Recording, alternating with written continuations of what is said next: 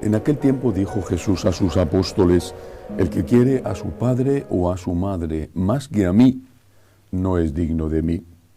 El que quiere a su hijo o a su hija más que a mí, no es digno de mí. Y el que no carga con su cruz y me sigue, no es digno de mí. El que encuentre su vida la perderá, y el que pierda su vida por mi causa la encontrará. El que os recibe a vosotros me recibe a mí, y el que me recibe, recibe al que me ha enviado. El que recibe a un profeta porque es profeta tendrá recompensa de profeta, y el que recibe a un justo porque es justo tendrá recompensa de justo. El que dé a beber, aunque no sea más que un vaso de agua, a uno de estos pequeños, solo porque es mi discípulo, en verdad os digo que no perderá su recompensa. Palabra del Señor. Gloria a ti, Señor Jesús. Una de las muchas manifestaciones, no solo de divinidad de Jesús, sino de conciencia de su divinidad, es el fragmento contenido en este relato de San Mateo. Nadie, salvo Dios, puede decir a otra persona que le tiene que querer más que a su hijo, más que a sus padres. Pero pongamos el ejemplo del hijo. El que quiere a su hijo o a su hija más que a mí no es digno de mí. ¿Cómo se atreve alguien a hacer esta petición, esta reclamación? Solo Dios puede hacerlo, porque Dios, no hay que olvidarlo, ya desde el Antiguo Testamento, desde el Decálogo de Moisés, Dios exige ser el primero en nuestro corazón y en nuestros intereses. Amarás a Dios sobre todas las cosas. El primero. Cristo es Dios. Y por eso, porque es Dios, tiene derecho a ser el primero.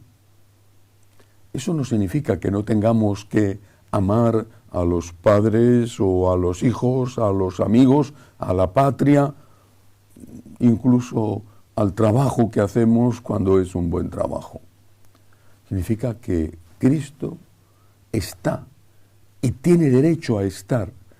Es un deber que nosotros tenemos que cumplir. Está en el primer lugar de nuestro corazón y de nuestros intereses.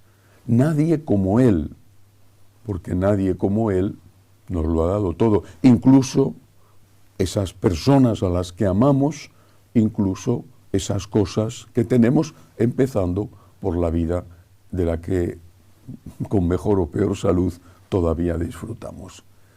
Cristo en el primer lugar. ¿Pero qué significa? Significa que cuando Él está en el primer lugar, el que está en el segundo lugar está seguro, o en el tercero, o en el cuarto, o en el quinto. ¿Cuántas veces, por desgracia, estamos viendo que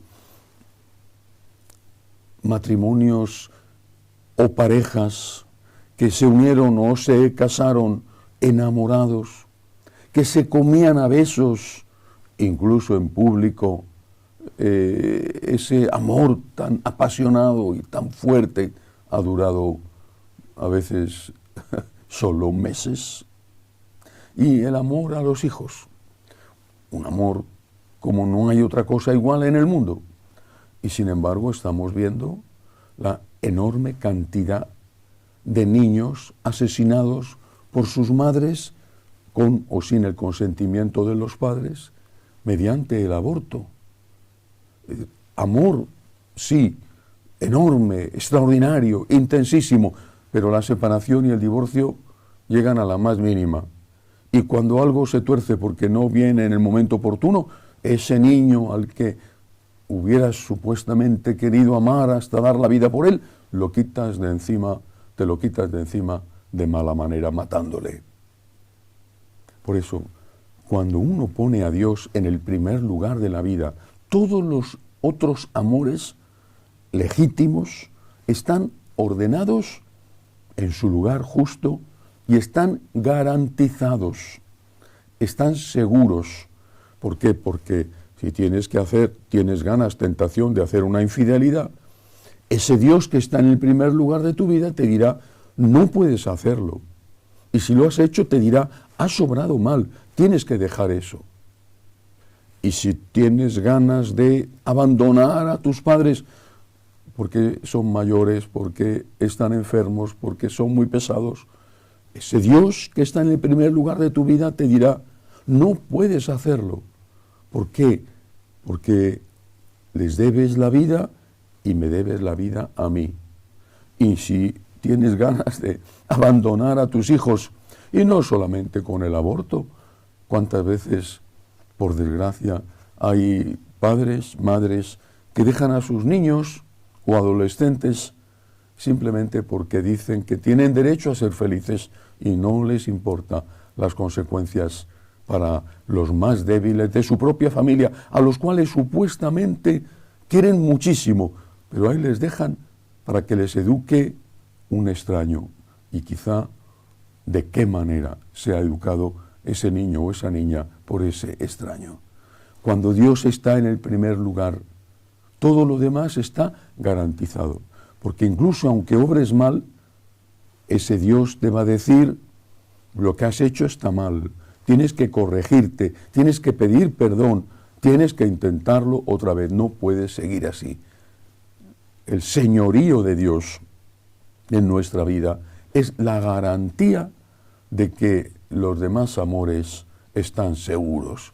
No hay competencia ninguna entre el amor a Dios y el amor humano legítimo. No hay ninguna competencia, al contrario, Dios es el que garantiza que ese amor va más allá del sentimiento y va más allá del momento que te apetece o te deja de apetecer. Pero siempre hay una pregunta que hacerse ante una cuestión moral. Siempre hay que hacérsela. Lo nuestro no es una tabla de preceptos, ni siquiera preceptos como este de poner a Dios en el primer lugar de la vida. Lo nuestro es una tabla de preceptos que se derivan de otra cosa. Es decir, la pregunta primera que hay que hacer no es ¿qué tengo que hacer?, sino ¿por qué lo tengo que hacer? Esa es la pregunta primera, porque de la espiritualidad nacerá la fuerza para hacer aquello que Dios nos pide.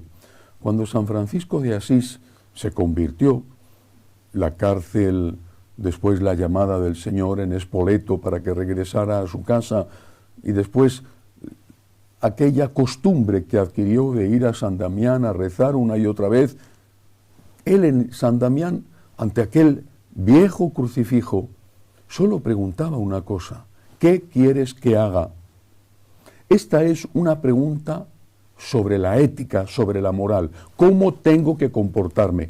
Es una pregunta sobre la ética, pero esta no es la primera pregunta. La pregunta inicial, la que hizo San Francisco a Dios, es: Señor, ¿qué quieres que haga por ti? Porque tú lo has hecho todo por mí. O dicho de otra forma, ¿por qué tengo que hacer lo que me pides? Y a San Francisco le pidió que renunciara a su casa, que renunciara a su herencia, que empezara a vivir como un pordiosero. Bueno, ¿pero por qué? ¿Por qué? Cuando te encuentres con algo difícil en tu vida, lo dice el Señor hoy, después de lo del padre y la madre, la mujer, los hijos, dice el Señor que el que no carga con su cruz de cada día no es digno de Él. Cuando te encuentres con algo difícil de practicar, lo que tienes que preguntarte es: ¿por qué tengo que hacer esto? Esa es la pregunta primera. ¿Por qué tengo que hacer esto? Señor, ¿por qué? ¿Por qué tengo que abrazar mi cruz, que quizá es una convivencia difícil? O una educación difícil a un hijo adolescente. O un trabajo difícil. O simplemente la enfermedad que viene con los años, la muerte de alguien al que amas o la tuya que se va acercando. Señor, ¿por qué tengo que hacer esto? ¿Por qué cargar con mi cruz de cada día? ¿Por qué? Porque tú me has amado primero. San Juan lo tiene muy claro. Dios nos amó primero, dice San Juan. Dios es el motor del amor. Dios nos amó primero. Y por eso, añade San Juan, nosotros tenemos que amarnos unos a otros. Porque Dios nos amó primero, porque nos hemos encontrado con un amor infinito, inmerecido, con un amor que lleva a la encarnación del Dios Todopoderoso, a la muerte en la cruz del Dios Todopoderoso y a la resurrección para darnos el certificado, la garantía, la seguridad de que hay vida eterna. ¿Por qué tengo que llevar mi cruz de cada día? ¿Por qué?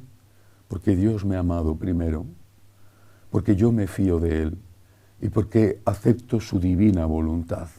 Por eso, primera pregunta, ¿por qué tengo que hacer las cosas? Segunda pregunta, ¿qué tengo que hacer?